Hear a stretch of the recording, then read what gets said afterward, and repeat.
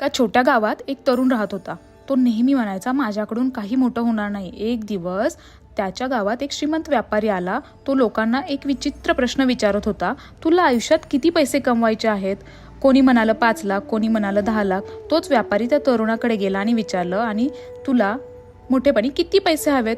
तरुण थोडा घाबरला, गोंधळला आणि लगेच म्हणाला, 1 कोटी, पण ते माझ्यासाठी अशक्य आहे. व्यापारी हसला आणि म्हणाला, तू उत्तर देताना पैशांपेक्षा आधी अशक्य हा विचार केला, म्हणून तुझं मन सुरुवातीलाच हारलं.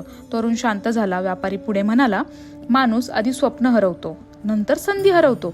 जर तू असं म्हणाला असतास, हो 1 कोटी कमवायचे आहेत आणि त्यासाठी मी शिकेन, मेहनत करेल, तर तुझ्या विचारांची दिशा बदलली असते.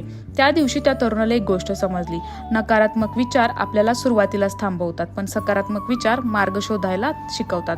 जिंकणारे लोक आधी परिस्थिती नाही तर स्वतःचे विचार बदलतात.